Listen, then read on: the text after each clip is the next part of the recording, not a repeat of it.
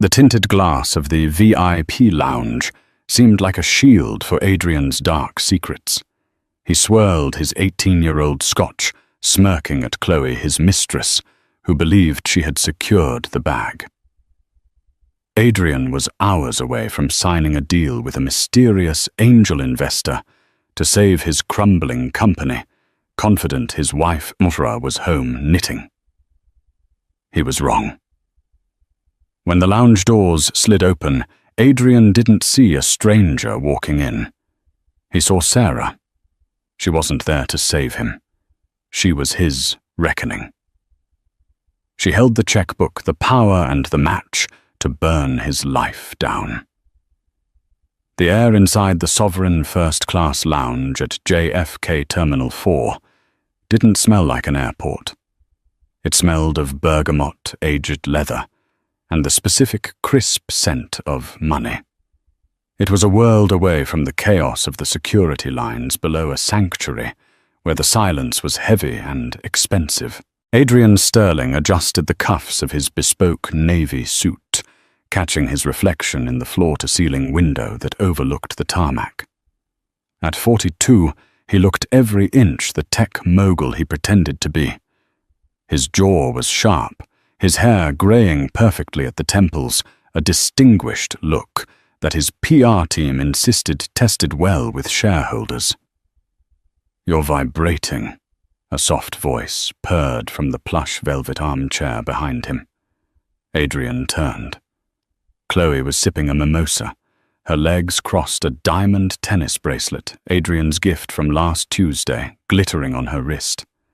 She was 24, a marketing intern who had quickly marketed herself into Adrian's bed, and she hoped onto his bank account.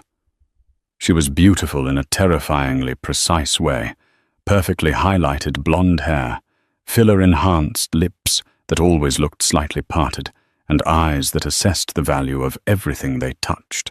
"I'm not vibrating," Adrian lied, though his hand shook slightly as he reached for his double espresso. "I'm focused. This meeting is everything, Chloe. Everything."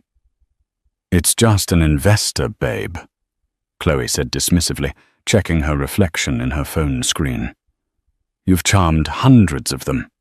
That's what you do. You're Adrian Sterling. You talk and people throw money at you." Adrian clenched his jaw. If only she knew.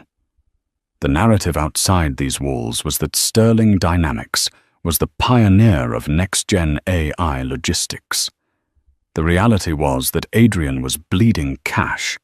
He had leveraged the house in the Hamptons, the penthouse in Tribeca, and emptied the joint savings account he shared with his wife, Sarah. He was 3 weeks away from bankruptcy.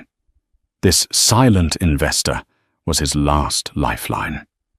The broker, a nervous man named Simon, had set it up. "She's eccentric," Simon had said. "She represents a massive private equity trust.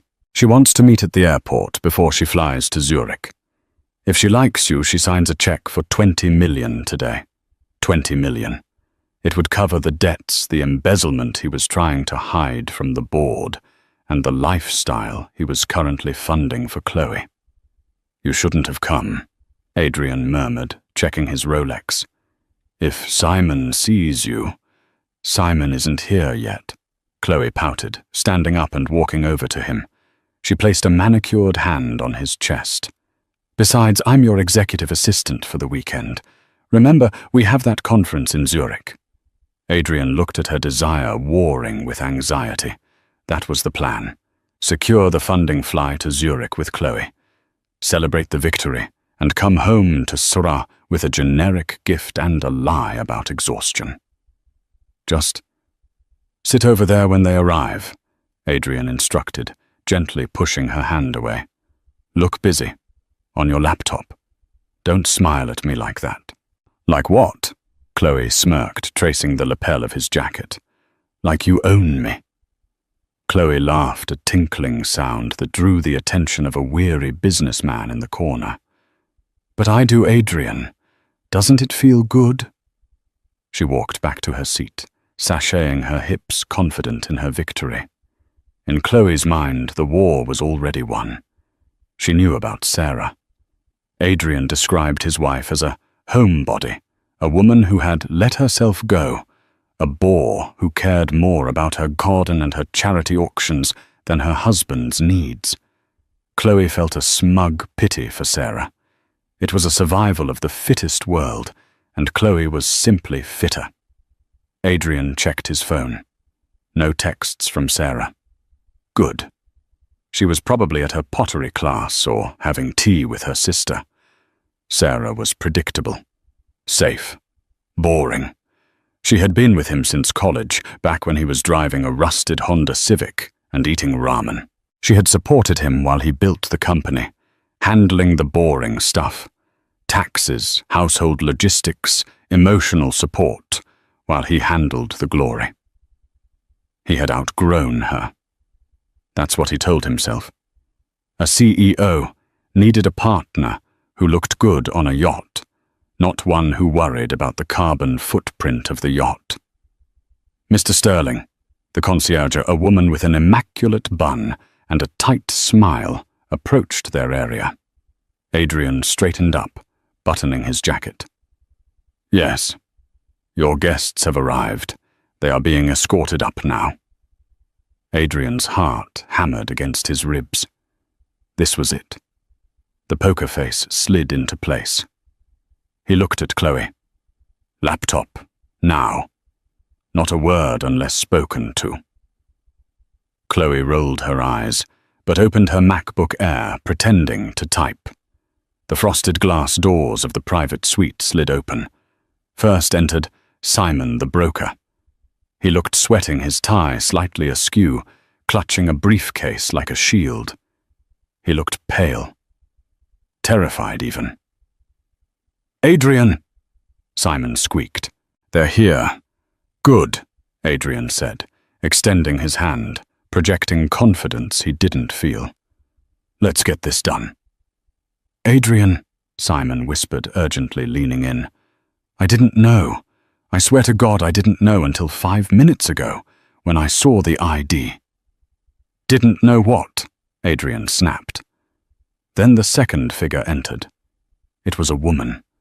She was flanked by 2 large men in dark suits who looked less like bodyguards and more like military contractors.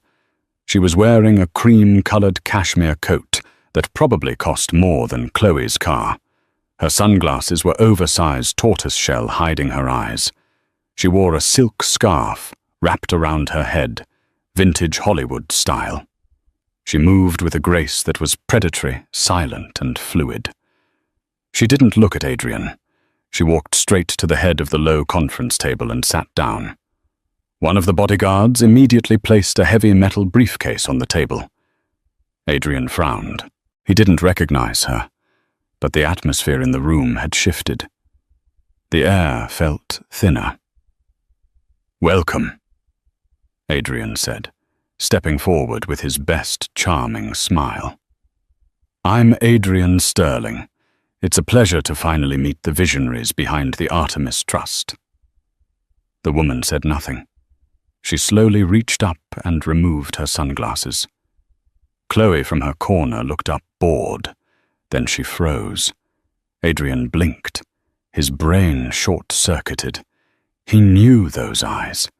They were hazel flecked with gold.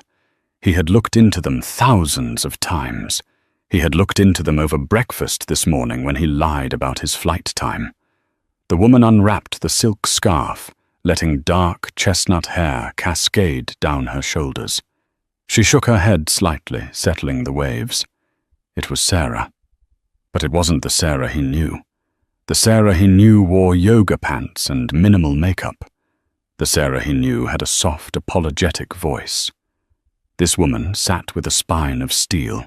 Her makeup was flawless, sharp, accentuating the high cheekbones he usually ignored. She wore a tailored suit underneath the coat that screamed power. Adrian's mouth opened, but no sound came out. He looked at Simon. Simon was staring at the floor, trembling. "Hello, Adrian," Sarah said. Her voice was unrecognizable. It was cool, detached, and devoid of any warmth. It was a business voice. "Sarah," Adrian finally choked out. What are you doing here? Did you follow me?" He felt a surge of panic, then anger. "Sarah, I am in the middle of a crucial meeting. You cannot just barge in here. How did you even get past security?" He turned to the bodyguards. "Who let her in?" "This is my wife." He turned back to Sarah, his face reddening. "Honey, look, I know you're suspicious, but this is work. You're embarrassing yourself. You need to leave. Now." From the corner, Chloe let out a small, confused sound. "Wait, that's Sarah." Sarah didn't look at Chloe. She didn't even acknowledge Chloe existed. She kept her eyes locked on Adrian. "Sit down, Adrian," Sarah commanded. It wasn't a request. It was an order given by someone who was used to being obeyed. "I'm not sitting down," Adrian hissed. "Where is the investor, Simon? Where is the representative from Artemis Trust?" Simon looked up, his face grey. He pointed a shaking finger at Sarah. "She is the representative, Adrian," Simon whispered. "She is Artemis Trust." The silence that followed was absolute. Adrian laughed. It was a brittle, frantic sound. "That's ridiculous. Sarah is a housewife. She volunteers at the library. She doesn't know the difference between equity and debt." Sarah leaned forward, interlacing her fingers on the table. A massive diamond ring, not her wedding ring, but a solitaire that looked like ice flashed under the lounge lights. "That was your first mistake, Adrian," Sarah said calmly. "Assuming that because I chose to support you, I was incapable of surpassing you." She signaled to one of the bodyguards. He opened the metal briefcase. Inside was not cash, but a single, thick file folder. "Artemis Trust," Sarah began, her voice steady, "is the venture capital arm of the Sterling family estate. My family estate." "Your family," Adrian scoffed. "Your dad was a mechanic in Ohio." "My stepfather was a mechanic," Sarah corrected. "My biological father was William H. Vanderbilt IV. He died before I was born. I was adopted. I didn't access the trust until I turned 40 last year." Adrian felt the room spinning. "Vanderbilt Trust, I kept it quiet," Sarah continued, "because I wanted to see if you could build this company on your own. I wanted to see if the man I married was a man of integrity." She paused, her gaze finally flickering over to Chloe, who was shrinking into her chair, realizing she was very, very out of her depth. "I see I have my answer," Sarah said. Adrian scrambled to process this. "Sarah, baby, wait. You have money. You have that kind of money." "I have all the money, Adrian," she said simply, "and right now I hold the mortgage on your office building, the lien on our house, and the debt notes for Sterling Dynamics. I bought them all through shell companies over the last 6 months. Adrian slumped into the chair opposite her. The arrogance evaporated, replaced by a cold, creeping dread. "Why?" he whispered. "Because I knew," Sarah said. "I've known about the embezzlement for a year. I've known about her." She gestured vaguely at Chloe. "Since you hired her." So you're here to save me?" Adrian grasped at a straw of hope.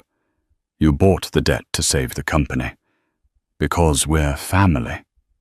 Sarah smiled. It was a terrifying expression. It was the smile of a predator looking at wounded prey. "Save you?" Sarah laughed softly.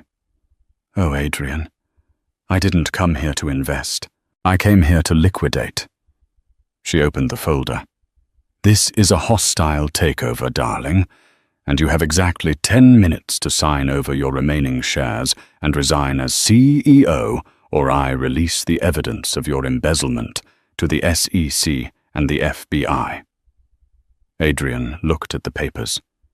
Then he looked at his wife. For the first time in 20 years, he saw her. Really saw her. And he realized he was looking at a stranger who held a guillotine blade right above his neck. "But first," Sarah said, her eyes shifting to Chloe, "let's talk about your travel companion." The silence in the VIP lounge was broken only by the faint hum of the espresso machine in the far corner. Adrian sat paralyzed, his gaze bouncing between the unrecognizable woman who was his wife and the terrifying folder on the table. Sarah didn't look at the folder. She was looking past Adrian, towards the window seat, where Chloe was trying very hard to become invisible. "Miss Evans," Sarah said.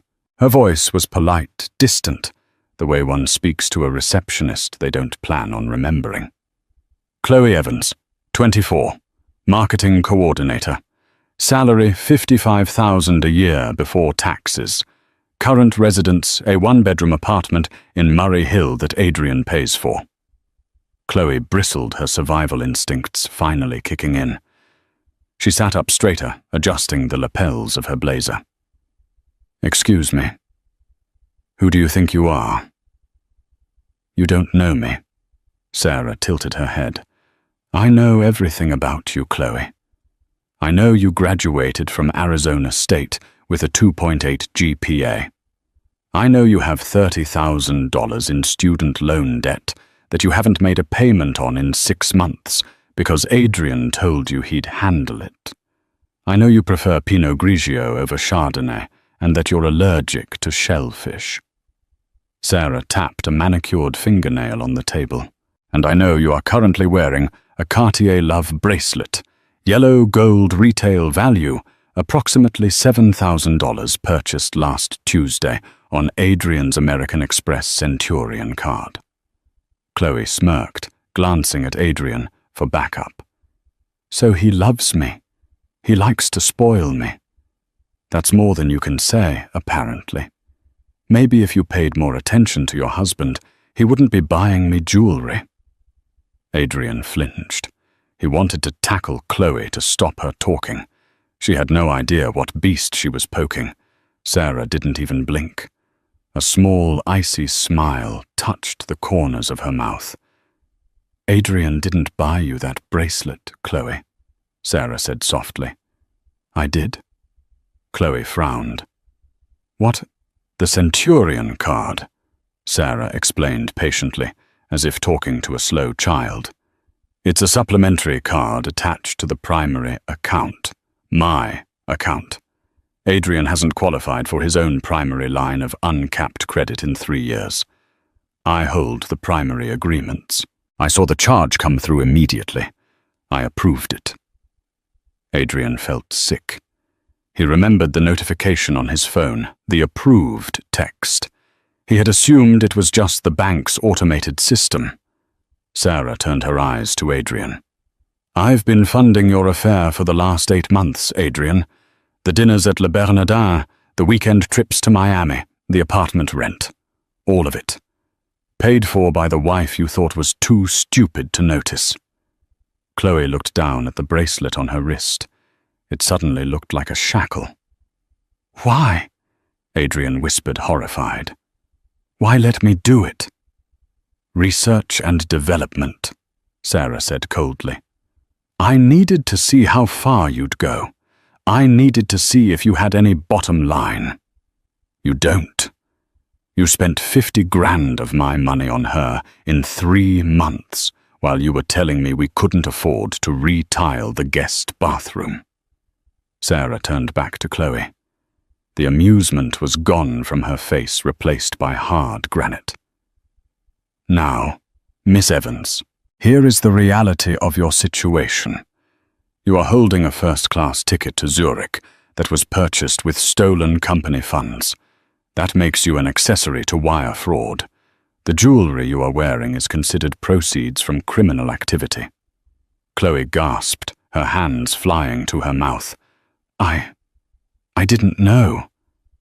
"He told me he was rich. He lied," Sarah said simply. "Men like him always lie to girls like you. Now I have two options for you. Option A, you stay here, and when the FBI arrives in about 20 minutes to arrest Adrian, they can take you in for questioning too. You'll lose your job, your reputation, and you'll likely face charges." Sarah leaned forward. "Option B, you take off that bracelet, put it on the table. Pick up your economy class bag, and walk out of this airport. You forget you ever met Adrian Sterling. You disappear from his life and mine permanently." Chloe didn't hesitate for a second. She practically tore the bracelet off her wrist, scratching her skin in the process.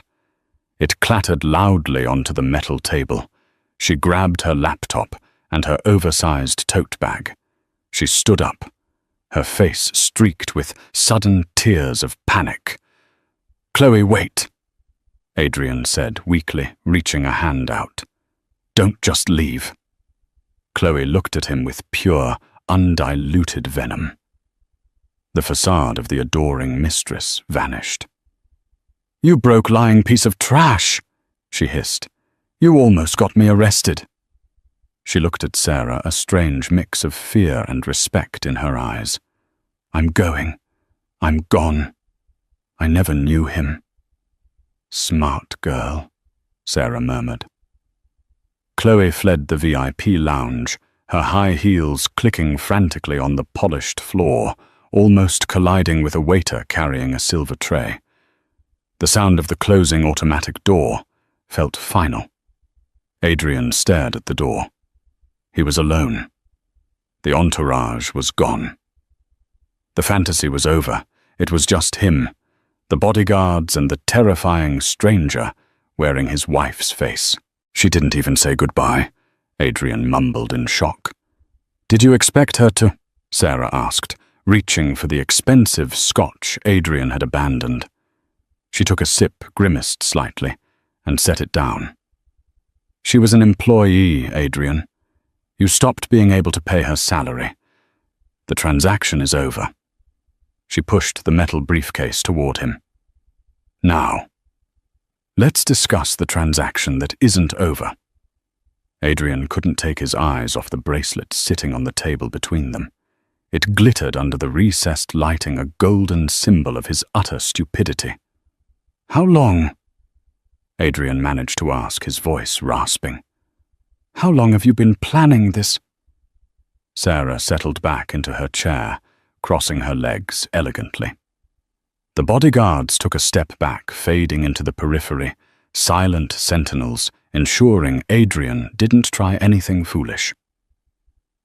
"Do you remember that trip you took to Dubai last November?" Sarah asked. "The tech summit, where you said you were meeting Saudi investors?" Adrian nodded mutely. He remembered it well.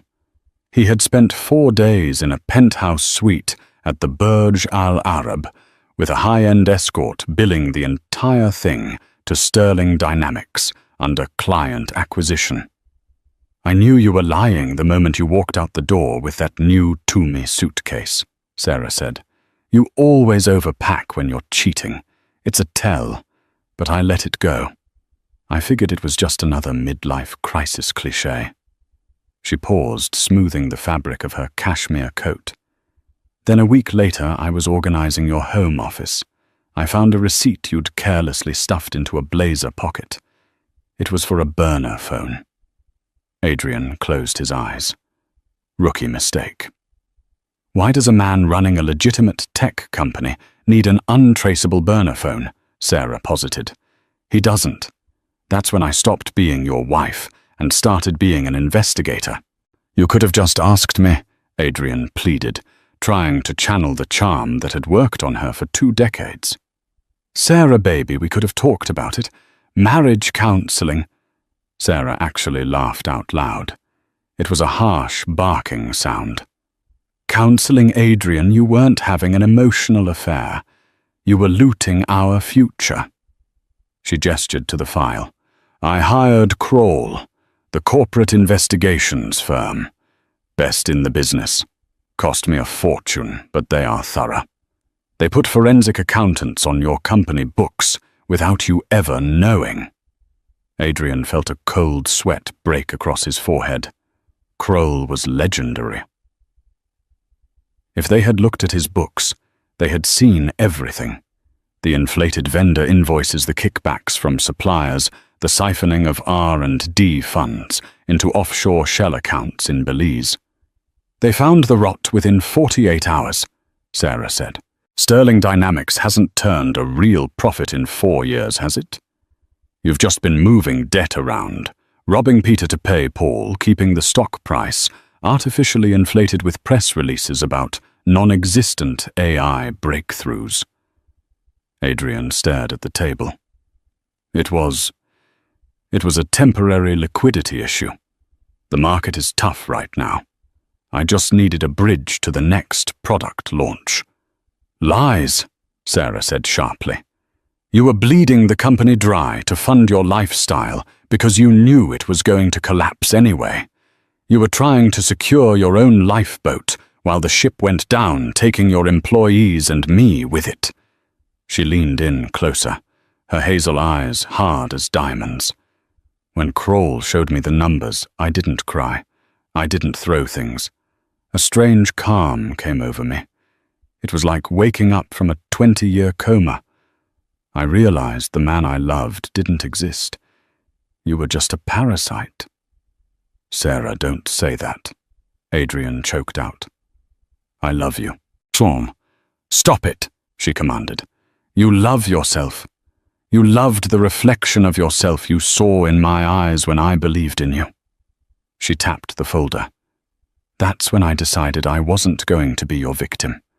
I was going to be your executioner.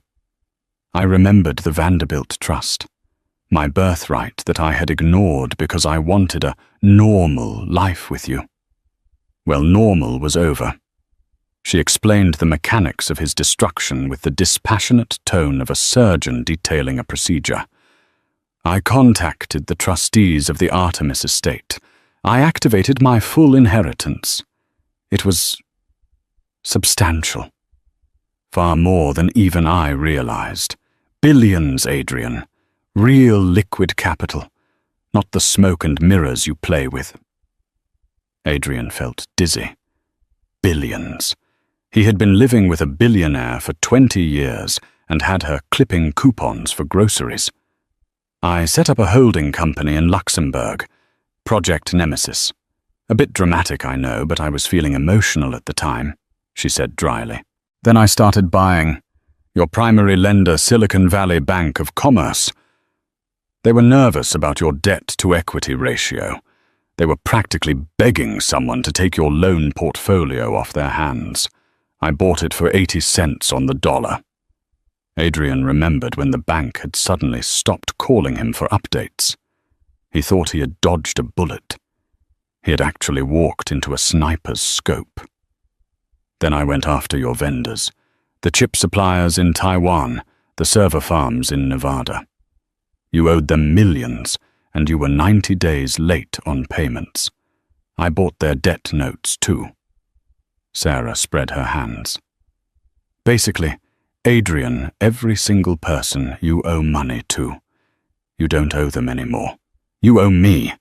I own every brick of Sterling Dynamics, every patent, every swivel chair, and every dollar of debt you've accumulated.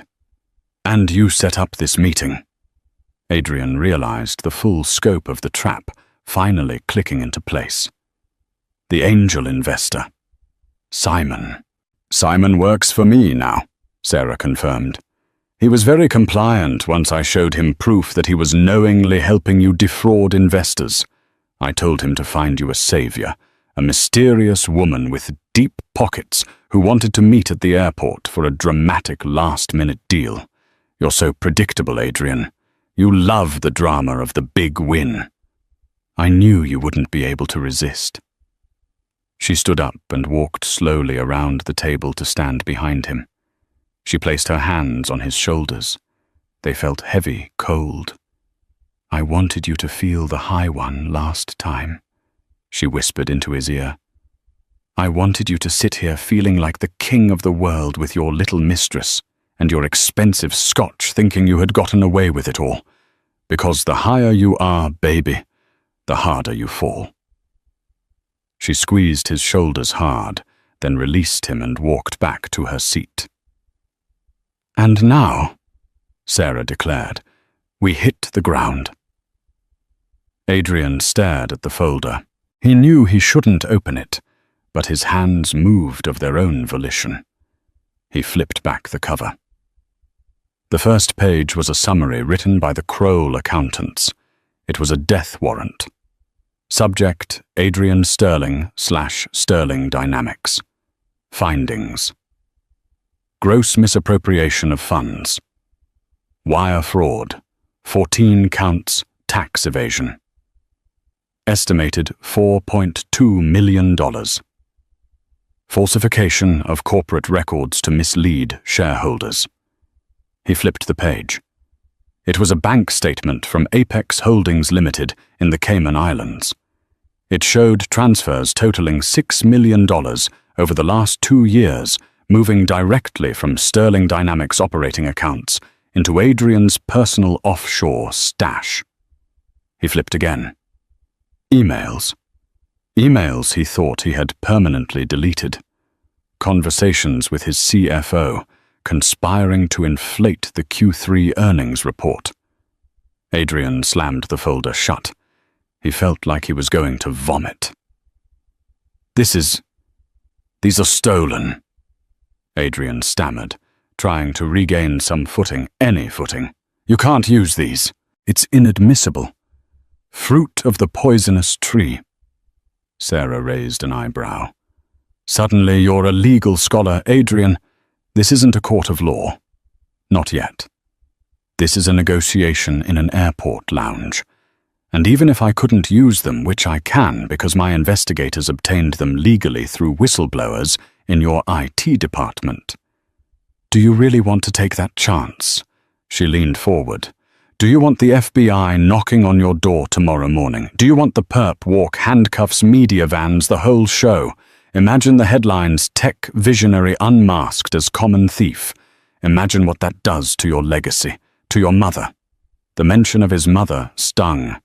She was 70 proud and believed the sun rose and set on her successful son. This would kill her. "What do you want, Sarah?" Adrian asked, defeated. The fight had drained out of him. He was just tired and terrified. "I want what is mine," Sarah said. "Everything." She signaled to the bodyguard on the left, a man whose neck was wider than Adrian's head.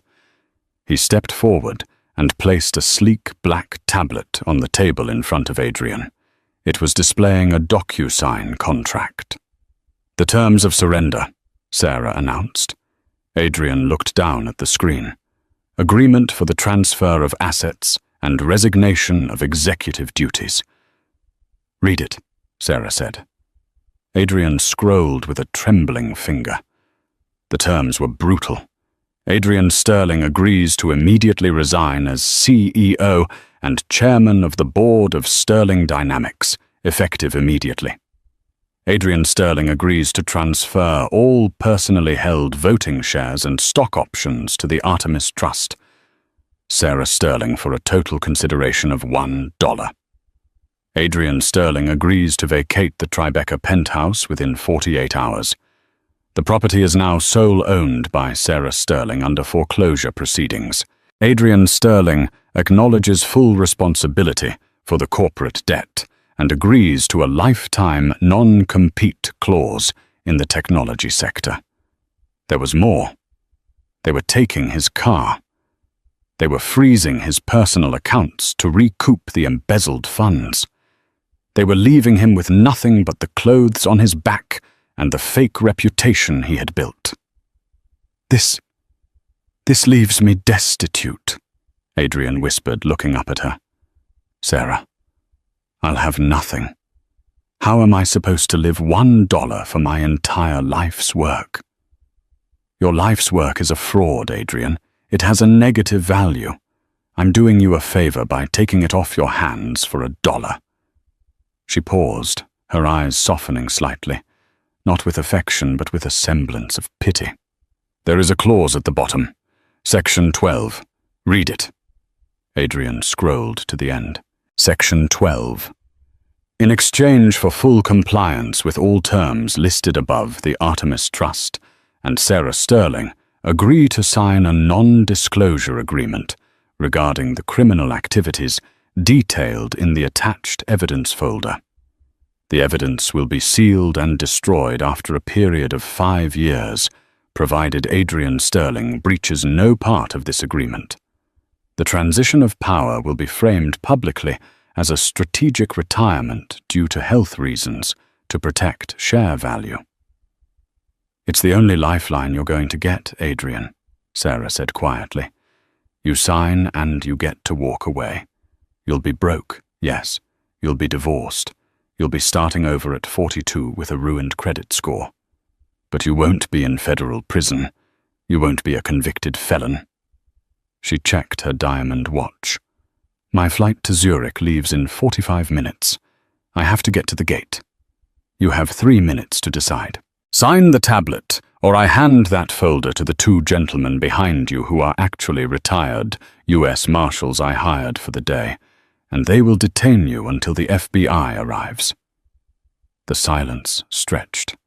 Adrian looked at the tablet. He looked at the door where Chloe had fled. He looked at his wife, the billionaire stranger who held his life in her manicured hands. He realized with stark clarity that the Adrian Sterling who walked into this lounge, the arrogant CEO, the lover, the master of the universe, was already dead. With a shaking hand, Adrian picked up the stylus. He didn't read the rest of the contract. He just scrolled to the signature line. He signed his name. It looked spindly weak, like a child's scrawl. The tablet beeped, confirming the transaction. Sarah stood up. The bodyguards moved instantly to her sides. One of them picked up the tablet and the folder of evidence. Sarah adjusted her sunglasses, sliding them back onto her face, shielding her eyes once more. "Goodbye, Adrian," she said, her voice devoid of any emotion at all. "Try not to miss your flight home." "Oh wait, you don't have a ticket anymore. I cancelled yours when I bought Chloe's." She turned and walked toward the exit, her entourage trailing in her wake like a powerful current. Adrian sat alone in the silence of the VIP lounge, the scent of expensive leather and bergamot, suddenly cloying, choking him.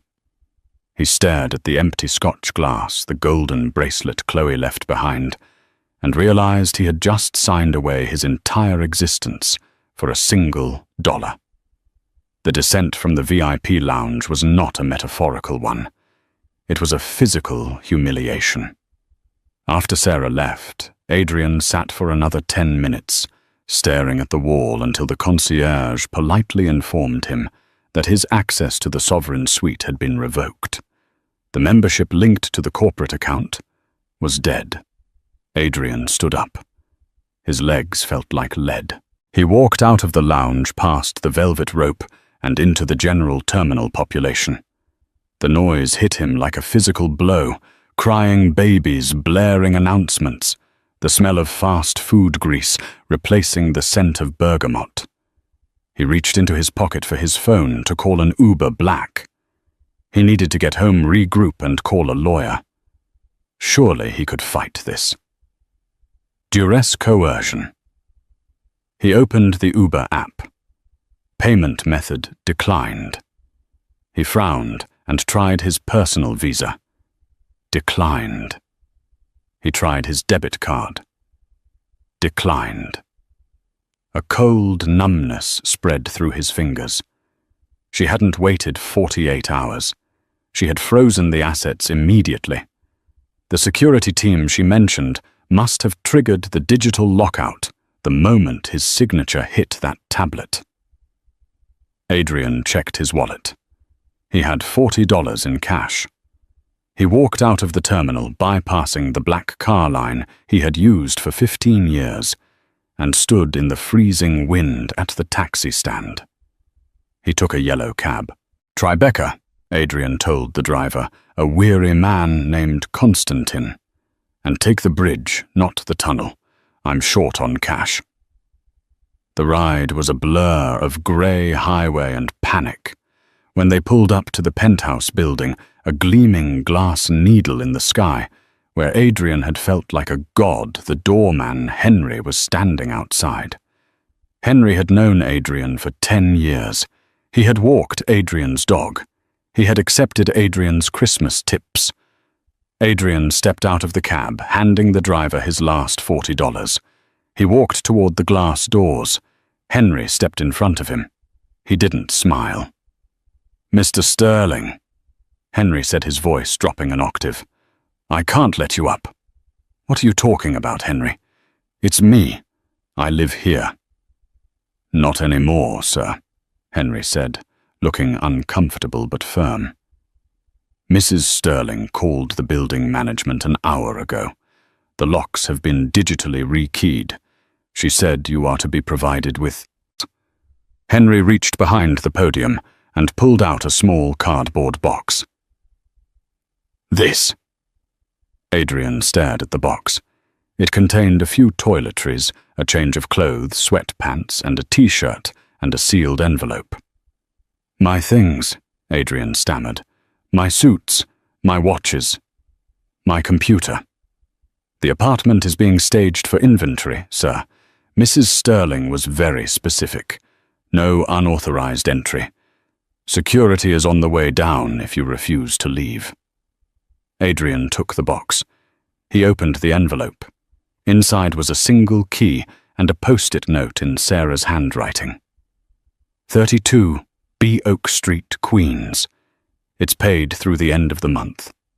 After that, you're on your own. S. Adrian knew the address. It was a rental property his company had bought years ago to house junior developers visiting from overseas. It was a basement studio in a run-down part of Astoria. It started to rain. Adrian stood on the sidewalk of the life he used to own, holding a cardboard box, wearing a $5,000 suit that was now the only asset he possessed. He didn't have money for the subway. He began to walk. It was a long walk from Tribeca to the Queensboro Bridge. As he trudged through the rain, his Italian leather shoes soaking through his phone buzzed. It was a notification from the Wall Street Journal. Breaking Adrian Sterling. Steps down as CEO of Sterling Dynamics, citing severe health issues. Sarah Sterling, heiress to Vanderbilt Artemis. Fortune named interim CEO. He stopped on a street corner, water dripping from his nose onto the screen. He clicked the article. There was a photo of Sarah looking powerful and serene. The article didn't mention the fraud. It didn't mention the mistress. It painted Adrian as a tragic figure, a man struck down by illness in his prime, and Sarah as the noble wife stepping up to preserve his legacy. It was the perfect cover story. It destroyed him by saving him. He couldn't scream the truth without admitting he was a criminal. He was trapped in her narrative. Adrian looked up at the grey sky and let out a scream that was swallowed instantly by the roar of the city traffic. 6 months later. The boardroom of Sterling Dynamics had changed. The foosball table Adrian had installed in the corner was gone, replaced by a bookshelf filled with technical manuals and financial regulations. The kegerator was gone. The Move Fast and Break Things neon sign had been taken down. Sarah sat at the head of the table. She wore a navy power suit, her hair pulled back in a sharp, no-nonsense ponytail. "The Q3 numbers are in," announced David, the new CFO Sarah had poached from Goldman Sachs. Since we cut the blue sky vanity projects and focused on the core logistics, AI operating costs are down 40%. Revenue is up 22%. Sarah nodded, reviewing the tablet in front of her. Good. And the debt restructuring. The Artemis Trust officially absorbed the toxic assets last week, David confirmed. We are in the black, Sarah. For the first time in company history, Sterling Dynamics is actually profitable. Not Silicon Valley profitable. Real-world profitable. A murmur of approval went around the table. The board members who had initially been skeptical of the housewife taking over now looked at her with reverence. She hadn't just saved the ship. She had turned it into a battleship. What about the pending lawsuits regarding the previous administration? Sarah asked, her voice cool. Settled, the general counsel replied. The NDA you had Mr. Sterling sign was ironclad. The SEC is satisfied with our internal audit and the restitution paid by the trust. They've closed the file on Adrian. Excellent, Sarah said. Then let's get to work on the expansion. Later that evening, Sarah stood in her office, Adrian's old office. She had changed the furniture. The leather couch where Adrian used to nap, and likely other things, was gone. The room was airy, filled with plants. Her assistant buzzed in. Mrs. Sterling, there's a visitor in the lobby. He doesn't have an appointment, but he says he knows you. Sarah checked the time. Who is it? He says his name is Adrian. Sarah paused. She walked to the window, looking out over the city lights. She felt a flicker of something not love, not hate, just a distant memory of pain. Send him up, she said.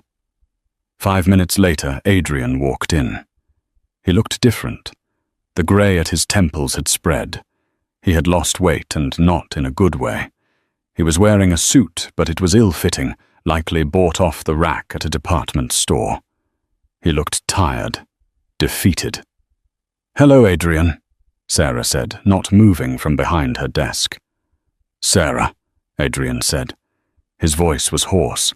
He looked around the office. You changed the curtains. I changed everything, she corrected. I saw the quarterly report, Adrian said, shifting his weight awkwardly. You're doing, well, better than I did. I'm actually working, Adrian, not playing CEO. Adrian sighed, slumping into one of the guest chairs. Look, Sarah, I'm struggling.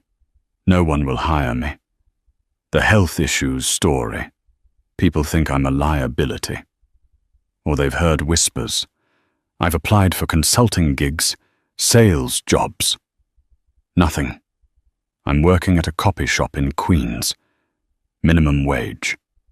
He looked up at her, his eyes wet. I can't live like this. I know I screwed up. But did I deserve this total annihilation? Sarah looked at him. She remembered the nights she sat up waiting for him. The lies, the smell of Chloe's perfume on his shirts, the way he looked at her like she was furniture. You signed the deal, Adrian, she said softly. I need a loan, he begged. Just 10 grand to get a decent apartment. I'll pay you back. Please, for the sake of the 20 years we had. Sarah opened her drawer. She pulled out a checkbook. Adrian's eyes lit up with pathetic hope. She wrote a check. She ripped it out and slid it across the desk. Adrian grabbed it. He looked at the amount. $1. He looked up confused. $1. The sale price of your dignity, Sarah said. I don't owe you money, Adrian. I owe you a lesson. You spent 20 years thinking you were the smartest person in the room, using people as stepping stones. Now you're at the bottom.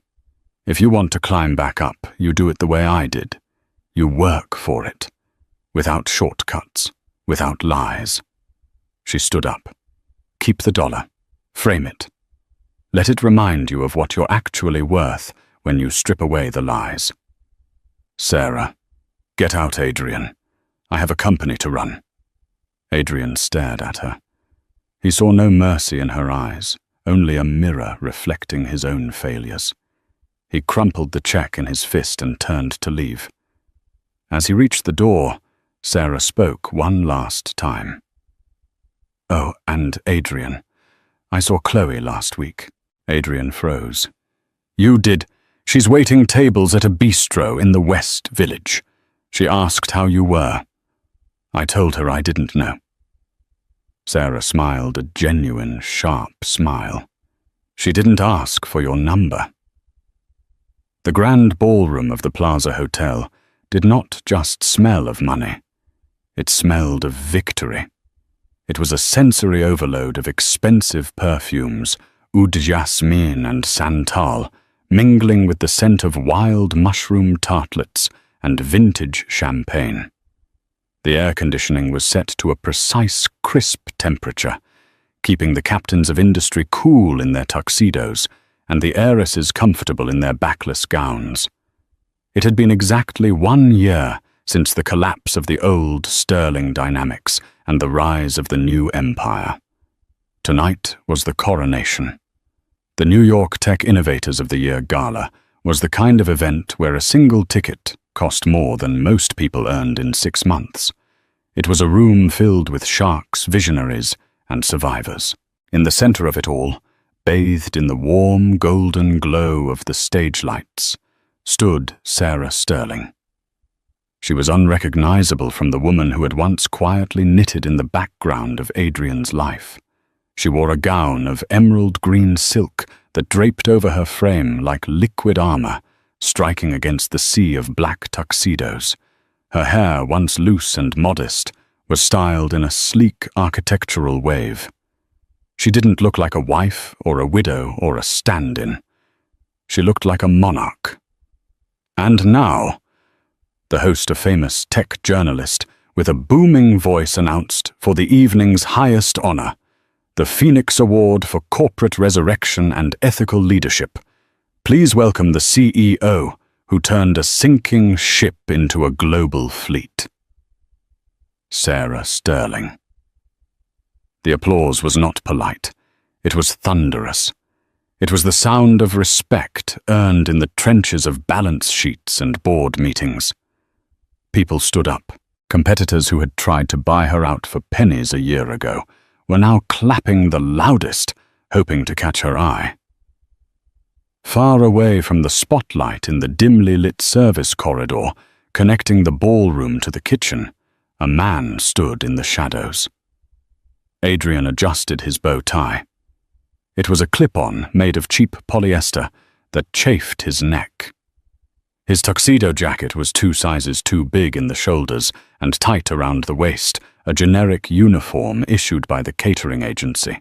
He held a silver tray, piled high with empty champagne flutes, the stems sticky with the dregs of expensive wine.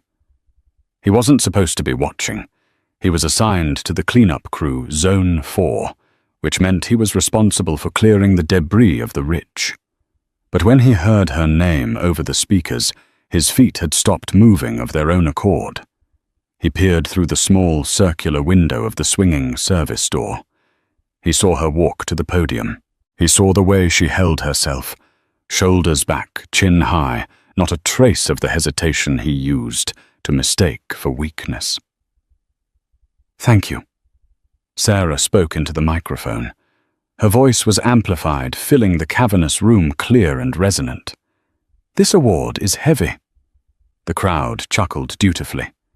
It's heavy, she continued, her face serious, because it carries the weight of everyone who was told they were just something, just a spectator, just a supporter, just a background character in someone else's story. Adrian felt a tightness in his chest that had nothing to do with the cheap collar. He remembered telling her years ago that she wouldn't understand the complexities of his business. He remembered the dismissive wave of his hand when she asked about the accounts. We often mistake noise for power, Sarah said, scanning the room, her eyes glittering under the lights. We mistake arrogance for vision, but true innovation isn't about how loud you can shout about your success. It's about the quiet, unglamorous work of cleaning up the mess and building something real on the foundation of truth. She paused, and the room was so silent you could hear the ice melting in the buckets. I accept this for my team, she finished, and for anyone who had to burn their life down to find out who they really were in the ashes. The ovation resumed louder than before. Flashbulbs popped in a blinding staccato rhythm, immortalizing her triumph. Man, she is something else, isn't she? Adrian jumped slightly. A busboy had come up beside him, balancing a stack of dessert plates. The kid looked young, maybe 19, with acne scars and bright, eager eyes. Yeah, Adrian whispered, his throat dry.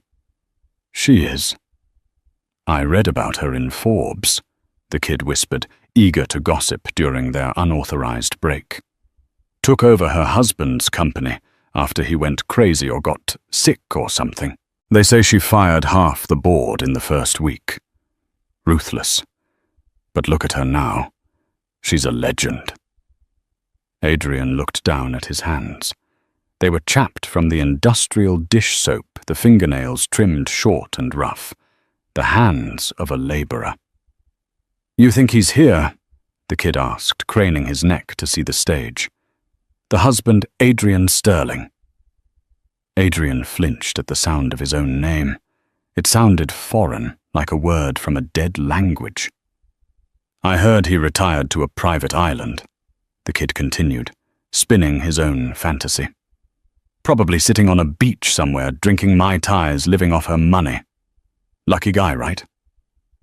Adrian stared through the glass window one last time. He watched Sarah laugh at something the host said.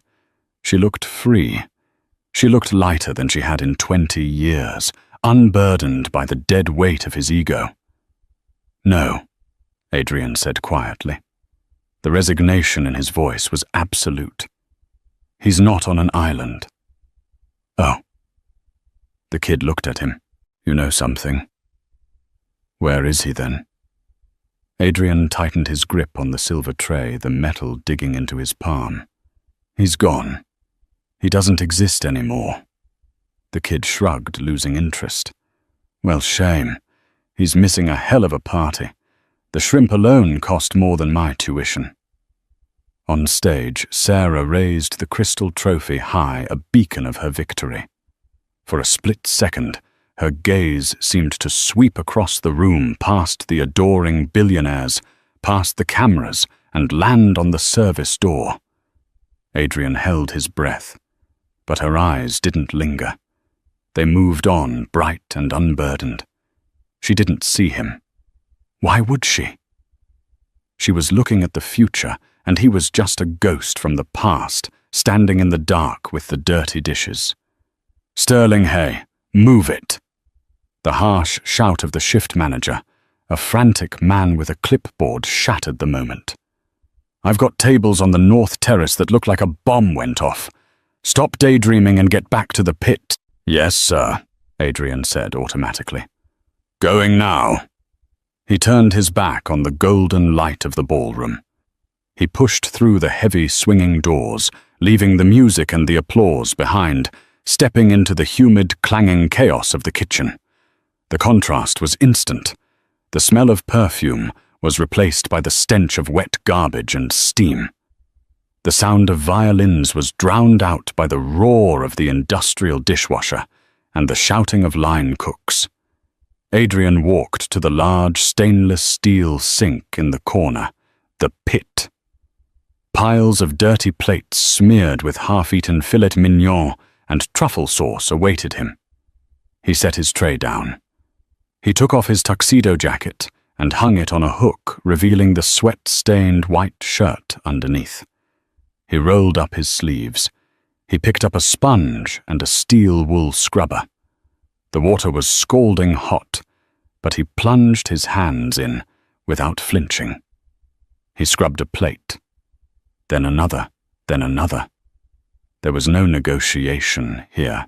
No board members to charm, no investors to dazzle with lies, no mistress to impress. There was just the plate, the dirt, and the work. "Faster, Sterling," the manager barked from across the line. "I'm on it," Adrian muttered. He looked at his reflection in the stainless steel backsplash. The man staring back was older, greyer, and tired. The arrogance was gone, scraped away like the food on the plates. Outside the service entrance, snow began to fall on New York City. It covered the limousines waiting for the guests. It covered the penthouse balconies in Tribeca. It covered the streets of Queens where Adrian would take the bus home in 3 hours. The snow fell silently, layer by layer, burying the history of Adrian Sterling, leaving nothing but a blank white page for the man washing dishes to stare at. He picked up the next plate. He scrubbed. And for the first time in his life, he simply did the work. And that is the story of Adrian and Sra. It's a brutal reminder that in the game of life and business, you should never mistake kindness for weakness, and you should never, ever underestimate the person who holds your foundation together. Adrian thought he was the king, but he forgot that in chess, the queen is the most powerful piece on the board. What do you think? Was Sarah's punishment too harsh? Or did Adrian get exactly what he deserved? I'd love to hear your take in the comments below, especially about that final scene in the kitchen. If you enjoyed this story of betrayal, revenge, and justice, please smash that like button. It really helps the channel grow. And don't forget to subscribe and ring the bell, so you never miss a new story.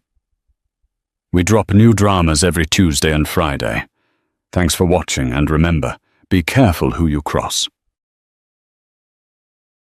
But now there's factions of people go, oh no, we got it, we don't like it, we've changed our mind, it wasn't going well for us, we don't like free speech anymore. People who want free speech, they only want free speech so they can go around saying awful things, which just isn't true. And even if it was, the good thing about free speech is people can say awful things back. It's a really good system, right? And you can't say anything under the laws of free speech. That's a total misconception. There are loads of caveats to free speech, all of which I agree with, actually. You can't incite violence. Good rule. You can't slander people. Good rule. You can't libel people, you know?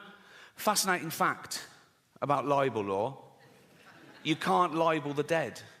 So I could stand here and say, Gandhi used to take it up the arse. If I wanted. Which I do.